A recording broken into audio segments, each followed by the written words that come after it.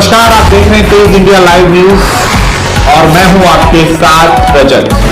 आइए दिखाते हैं दिन भर की कुछ खास छोटी और बड़ी खबरें।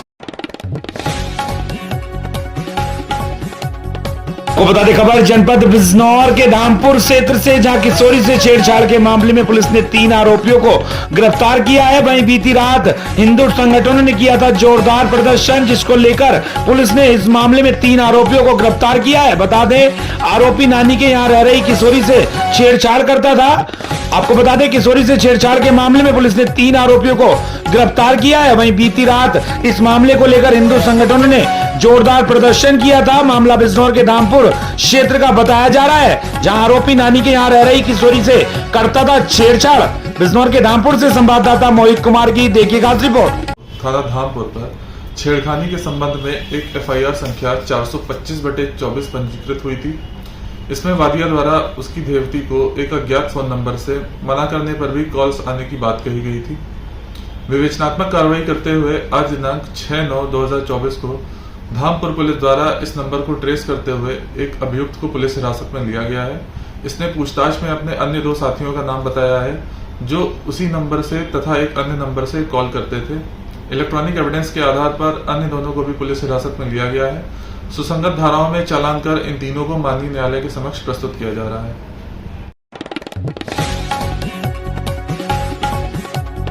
बता दें खबर जनपद बिजनौर से, जहां बिजनौर के जजी चौराहे पर वकीलों का जाम। कासगंज में महिला अधिवक्ता की हत्या को लेकर वकीलों में रोष। जी हां, बता दें दोषियों के खिलाफ कार्रवाई को लेकर अधिवक्ताओं ने प्रोडक्शन एक्ट की मांग। बता दें जाम में सैकड़ों राहगीर फंसे।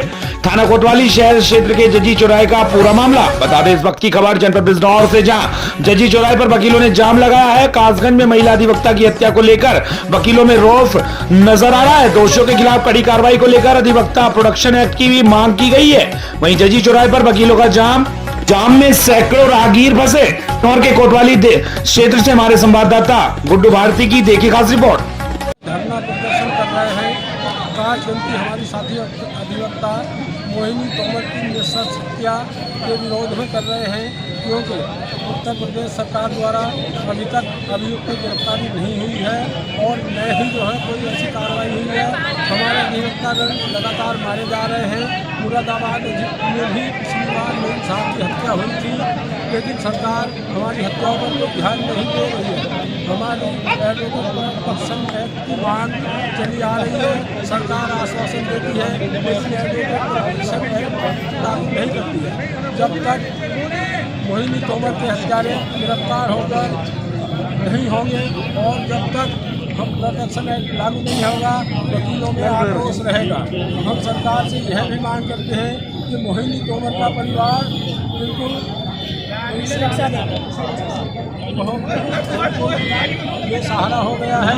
सरकार से मांग है कि उससे कम 2 करोड़ रुपये मुआवजा दें और मोहिनी तोमर के परिवार के एक व्यक्ति को सरकारी नौकरी दें।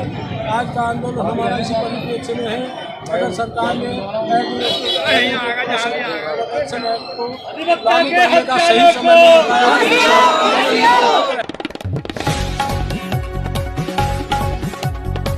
खबर जनपद बिजनौर के नगीना क्षेत्र से, जहां नगीना क्षेत्र में सड़क किनारे पिंड स्थल बनाने को लेकर 2 पक्षों में हुआ विवाद। सूचना पर पहुंची पुलिस ने दोनों समुदाय के पक्षों को समझा बुझाकर कराया शांत। वहीं दोनों समुदाय की सहमति के बाद पिंड स्थल दोबारा बनाया गया है। बता दें दरअसल आपको जनपद बिजनौर के थाना नगीना क्षेत्र के मोहल्ला बिश्नोई सराय के पास सड़क किनारे पिंड स्थल बनाने को लेकर 2 समुदाय के पक्षों में विवाद हो गया। विवाद की सूचना पर पुलिस मौके पर पहुंची और दोनों पक्षों को समझा बुझाकर शांत किया। वहीं दोनों पक्षों की सहमति के बाद पिंड स्थल को दोबारा से बनाया गया है। एसपी ग्रामीण रामर्ज ने बताया कि पिंड स्थल को लेकर 2 समुदायों के पक्षों के बीच विवाद हो गया था। दोनों पक्षों को समझाकर शांत करा दिया गया है। बिजनौर के नगीना से हमारे संवाददाता राकेश कुमार की देखिए खास रिपोर्ट। ये कस्बा नगीना में बिश्नोई सराय मोहल्ले से जो मेन रोड को मामला मैदान पर रोड आती है, उसके रोड के किनारे एक कुछ स्थानीय लोगों द्वारा वहाँ एक पिंड स्थल के रूप में नया बना दिया गया था, जो परंपरागत नहीं था। पुलिस द्वारा सूचना प्राप्त होने पर उसे तत्काल हटवा दिया गया है। मौके पर शांति है, किसी प्रकार की समस्या नहीं है।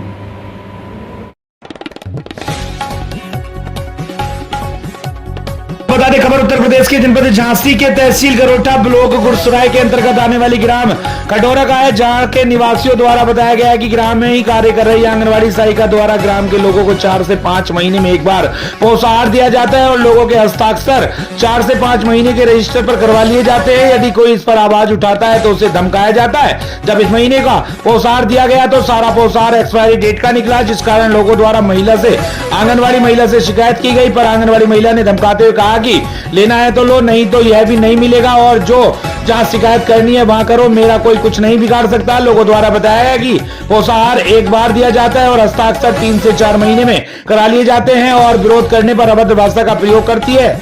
इसे ग्रामवासियों ने परेशान होकर आज एसडीएम गरोठा को ज्ञापन दिया और सारा एक्सपायरी तिथि का माल एसडीएम को दिखाया। एसडीएम ने आश्वासन देते हुए कहा कि इसका जो भी दोषी होगा उसके खिलाफ सख्त कार्रवाई की जाएगी। झांसी के गरोठा से हमारे संवाददाता शेख मंसूरी की देखिए खास रिपोर्ट। में आया कि हमारे बच्चों को राशन मिलता है ना, वो आंगनबाड़ी का। अच्छा। तो ये लोग ले आती हैं, हम लोग को देती हैं, तो हम लोग इनसे कहते हैं और 4-4 महीने का एक दे देती है, कन जाता खराब हो जाता है। हमारे बच्चे खाएंगे तो हम लोग बीमार नहीं पड़ेंगे क्या? अच्छा। हाँ, और कुछ कहते हैं तो डांटती भी हैं और बाहर खड़ी एक लोग खड़ देती हैं, कहती हैं अगर चिल्लाओगी कहोगी कुछ तो वापस कर देंगे आपको, जाओ यहाँ से। तो हम लोग कुछ नहीं कह पाते, भाई हम लोग गरीब आदमी क्या कह सकते हैं बताओ। तो मारने की धमकी देते हैं? हाँ, ये भी धमकी देते हैं, आप ज्यादा वो करोगे तो आपको देंगे नहीं। आंगनबाड़ी में कौन है आपके यहाँ? उमा। राशन 4 महीने में इकट्ठा एक बार देती है, वो भी खराब हो जाता है। वो राशन आप 4 महीने के साइन भी करवा लेते हैं। अभी राशन आप यहाँ लाई हैं? हाँ लाए हैं, रखा है हमारा राशन यहीं पे। कितने महीने का देते हैं?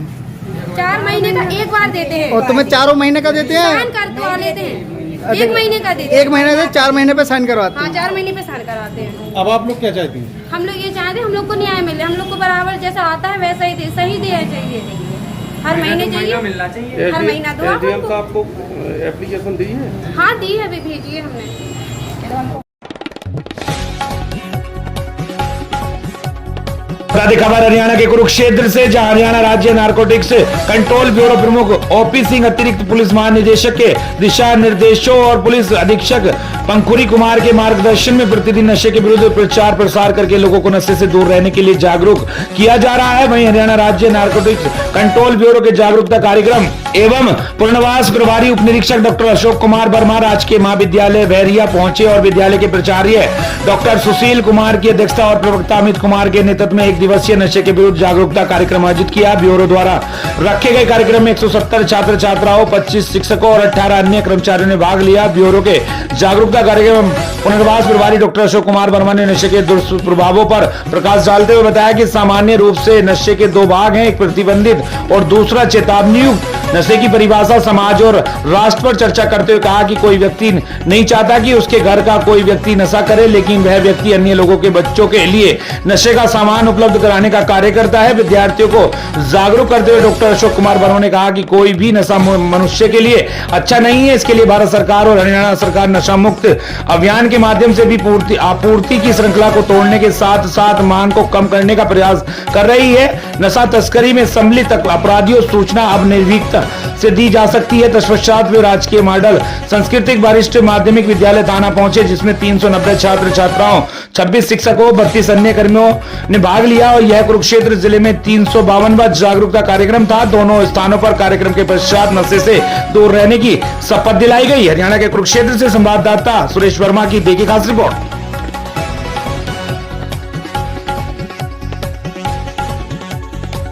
खबर हरियाणा के कुरुक्षेत्र से, जहां भाजपा द्वारा टिकटों के बंटवारे के बाद पूरे हरियाणा में बगावत का बिगुल बज चुका है। विधानसभा पिहोवा में भी ऐसा ही हुआ।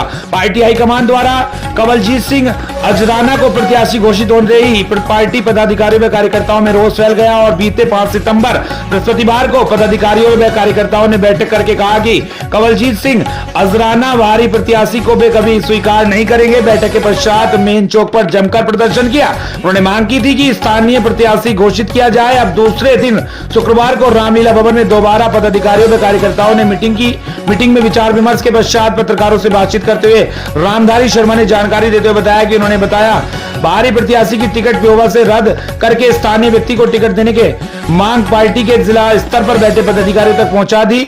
मीटिंग में निर्णय लिया गया है कि यदि कल तक बाहरी प्रत्याशी कमलजीत अजराना की टिकट रद्द न की गई तो सभी पदाधिकारी सार्वजनिक तौर पर अपने इस्तीफे सौंप देंगे। उन्होंने बताया कि उसके पश्चात रैली के माध्यम से अलग निर्णय लिया जाएगा। सवाल का जवाब देते उन्होंने कहा कि निर्णय लेते समय भाजपा कार्यकर्ताओं के साथ साथ हल्का वासियों का भी समर्थन होगा। उन्होंने बताया कि भाजपा शीर्ष हाईकमान से ऐसे व्यक्ति को टिकट देकर बहुत ही गलत किया निर्णय लिया है जिसको पार्टी की नीतियों का ही नहीं पता, जबकि हल्का पेहोवा में बहुत से पदाधिकारी व कार्यकर्ता जो वर्षों से पार्टी के लिए समर्पित हैं उनकी अनदेखी की गई है, जिसको लेकर भारी रोष व्याप्त है। इस मौके पर नपा अध्यक्ष आशीष चकवाणी, पूर्व नपा प्रधान अशोक सिंगला, महिला मोर्चा की मंडल अध्यक्ष गीता शर्मा, सरपंच विकल चौबे, अवनीत बडेज, राजेंद्र वाखली, तिलकराज संदोली, मंजीत सिंह, सरपंच महंत राजेंद्रपुरी, तजेंद्र गोल्डी, विनोद बंसल, एडवोकेट गुरनाम मलिक, पूर्व पार्षद सुरेंद्र डिंगरा, लाडीबाल, विनोद डोलिया,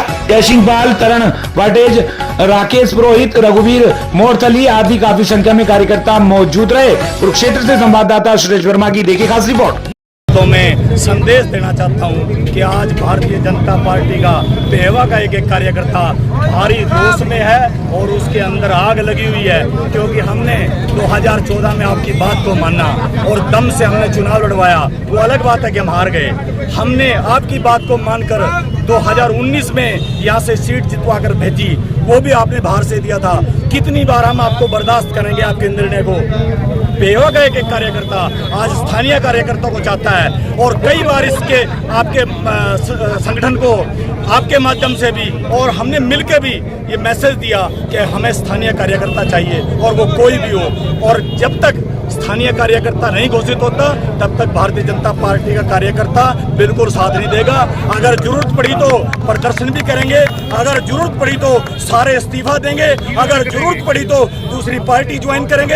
अगर सब लोग कहेंगे तो हम वो स्थानीय उम्मीदवार को उतार कर मजबूती से आजाद खड़ा करके चुनाव लड़ेंगे और जीतेंगे और पार्टी को ये दिखाएंगे कि हमारे अंदर कार्यकर्ताओं के अंदर कितनी ताकत है।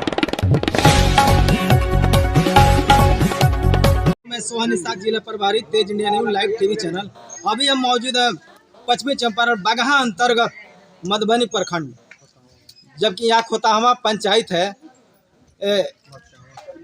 तमकुआ नज़दीकी पड़ता है। यहाँ के ऐसा समस्या हम कभी नहीं सुने थे। देख सकते हैं यहाँ पे जनप्रतिनिधि सभी लोग का आना जाना रहता है।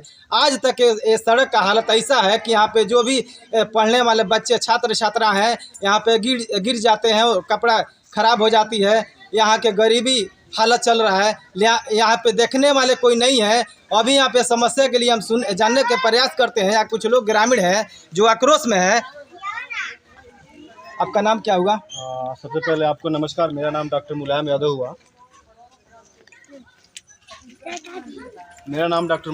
हुआ। आप लोग का क्या समस्या है? समस्या यही है कि ग्रामीण काफ़ी परेशान है इस गंडक, लेकिन ये मतलब मुख्य मार्ग है, तमकुआ से लेकर के मरचावा तक ये मुख्य मार्ग है, लेकिन ये अब एकदम खंडगहर बन गया है। यही हम लोगों की समस्या है कि डेली हम लोगों को आना जाना रहता है और काफ़ी हम लोग परेशान हो जाते हैं इसमें। यही समस्या, और कोई समस्या तो नहीं है। लगभग कितना दिन से है? लगभग इस सालों 2 साल लगभग ऐसे ही हो गया, लगभग 2-3 साल से हुआ सर। इसके लिए कोई ऊंचे अधिकारी को आवेदन दिए थे? इसके लिए आवेदन बहुत दिया गया सर, लेकिन आवेदन का कोई सुनवाई नहीं होता। तो आप क्या चाह रहे हैं? क्या हम यही चाह रहे हैं कि इस रोड का मरम्मत किया जाए और इस रोड को जो है कि सुधारने का काम किया जाए। यहाँ कोई जनप्रतिनिधि नहीं ध्यान देता है सर, चाहे वो जिला पार्षद हो, चाहे बीडीसी हो, चाहे मुखिया हो, और चाहे वो सांसद हो, चाहे विधायक हो, कोई नहीं सर। इसका आवाज़ कोई नहीं उठाता है, छोटे से लेकर के और बड़े प्रतिनिधि तक इसका आवाज़ कोई नहीं उठाता है और कोई उठाने का काम नहीं करता है। आप लोग आज इतना जनसंख्या में उपस्थित हुए हैं, ई रोड के लिए हुए।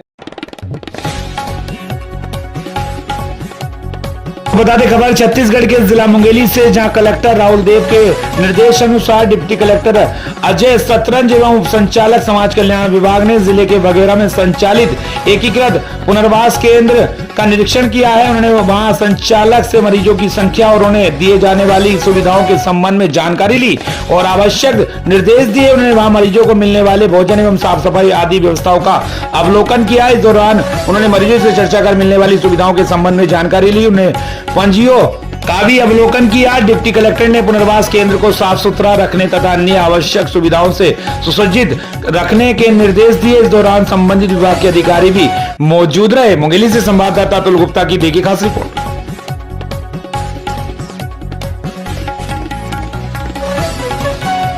बता दें खबर मुंगेली से कलेक्टर राहुल देव के निर्देश पर जिले के सबसे बड़े बांध राजीव गांधी जलाशय से यानी खुड़िया बांध से 500 क्यूसेक पानी छोड़ा गया है। जल संसाधन विभाग के कार्यपालन अभियंता आर.के. मिश्रा ने बताया कि D1, D2 एवं D3 नहरों के माध्यम से बांध से पानी छोड़ जाने से जिले के 327 गांव के किसानों को सिंचाई की सुविधा मिलेगी। गौरतलब है कि राजीव गांधी जलाशय का निर्माण 3 प्राकृतिक पहाड़ियों को जोड़कर किया गया है। इन तीनों पहाड़ियों के माध्यम से होकर गनियारी नदी बहती है। अंग्रेजी शासन काल में कृषि संभावनाओं को देखते हुए इन 3 पहाड़ियों को जोड़कर बांध बनाने की प्रक्रिया 1927 में शुरू हुई, जो 3 साल बाद 1930 में पूरी हुई। बाद में इसका नाम राजीव गांधी जलाशय कर दिया गया। खुड़िया ग्राम में यह बांध निर्मित होने के कारण यह बांध खुड़िया जलाशय के नाम से भी जाना जाता है। मुंगेली, लोरमी एवं बिलोक के किसान कृषि के लिए मुख्यतः राजीव गांधी जलाशय पर ही आश्रित हैं। मुंगेली से संवाददाता अतुल गुप्ता की देखिए खास रिपोर्ट।